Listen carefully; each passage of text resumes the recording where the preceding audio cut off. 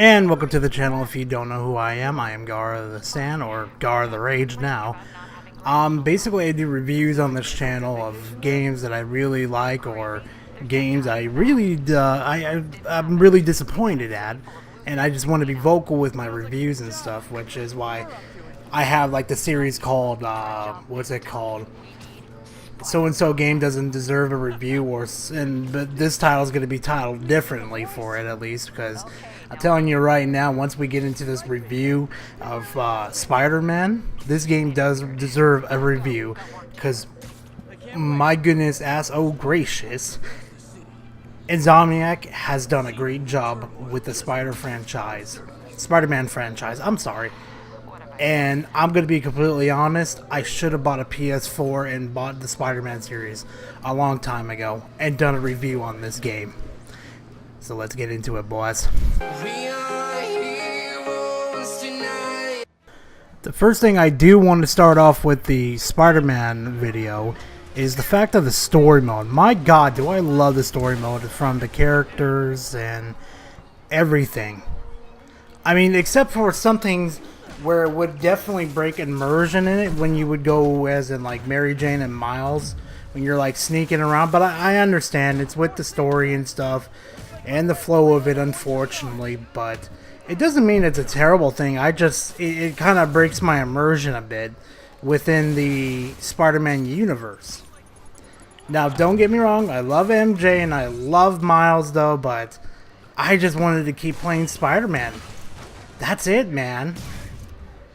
And I'm just, speaking of just cutscenes and all that kind of stuff, oh boy, some of these cutscenes are just god tier. I can't even like describe some of these cutscenes too, because they're so fucking good. Especially when you talk with Dr. Octane, or I forgot how you say his name, but some of them are just emotional with him. And Mary Jane, oh, not Mary Jane, but Aunt May and stuff at the end of this.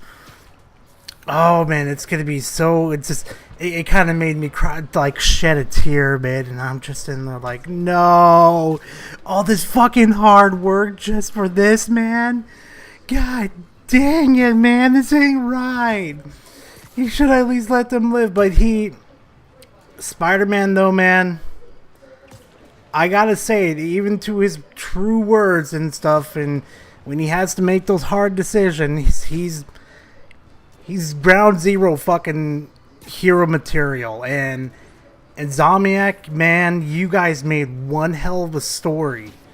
I don't want to spoil it for you guys, to be honest, because I could go on for hours and how great the story has been structured and all that. I don't want to spoil. Like, I'm encouraging you guys to go out and buy a PS4 and play just for the story. It is worth, how much is Spider-Man now? Like $30 or $40? Oh man, it's worth it. Some of the things in Spider-Man that I really do enjoy is the gameplay. The combat is just kind of amazing, but not at all just hard to master, I should say. Some of the uppercuts and abilities that you can integrate, it kind of just let you do some wombo combos. Hopefully I can pull it off in the video and show you guys what I'm meaning, but some of these combos and abilities that you put together are just amazing. Like the shockwave ability, the guitar ability, you could accelerate your, I think it's the instinct bar or something like that, where you can like use it to either heal yourself or you can use it to insta-kill enemies and stuff. Speaking of enemies too, some of them are variations, but I'd say no more maybe than 3 or 4, but I mean, they have to kind of keep it real because it is in the Spider-Man universe until you get to some of the major bosses, which are some variations at least, like Scorpion, Vulture, you know, guys know them, like Octane and Mr. Negative, all those things. The web slinging I love.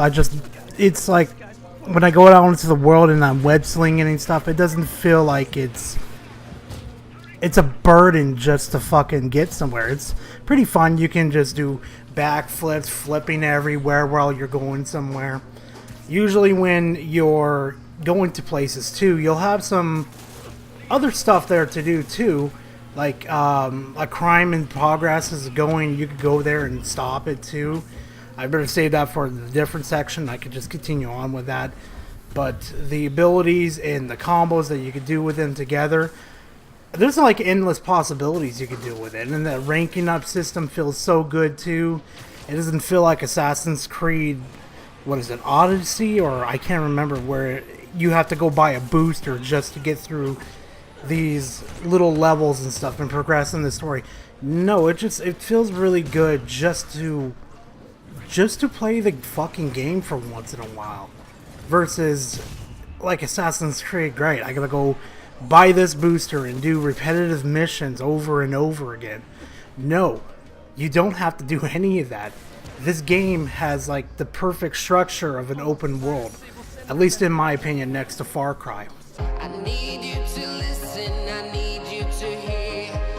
Now, I know I should have probably put this in the story section, but my goodness, ass oh gracious, these people that did the characters, their voice acting, just all of that, they did a fantastic job with them.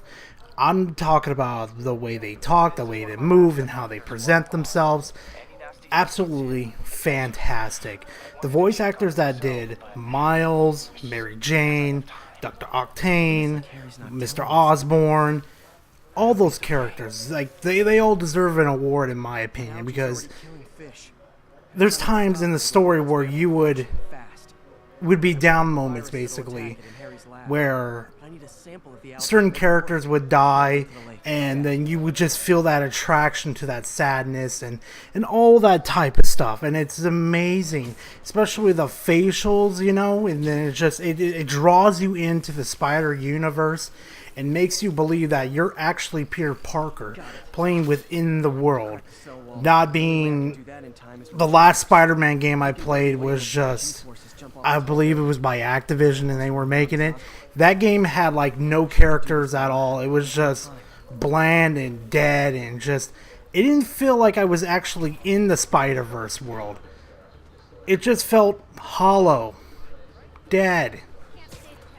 But in this universe, you are Spider-Man, essentially, with the customization along with the characters, like with the Spider-Man, where you could be like future Spider-Man, Spider Cop. Oh, if you get to hear the freaking dialogue between, I forgot her name already, I cannot remember, but the dialogue between her and Spider-Man, or Spider Cop, I should say, it's just funny.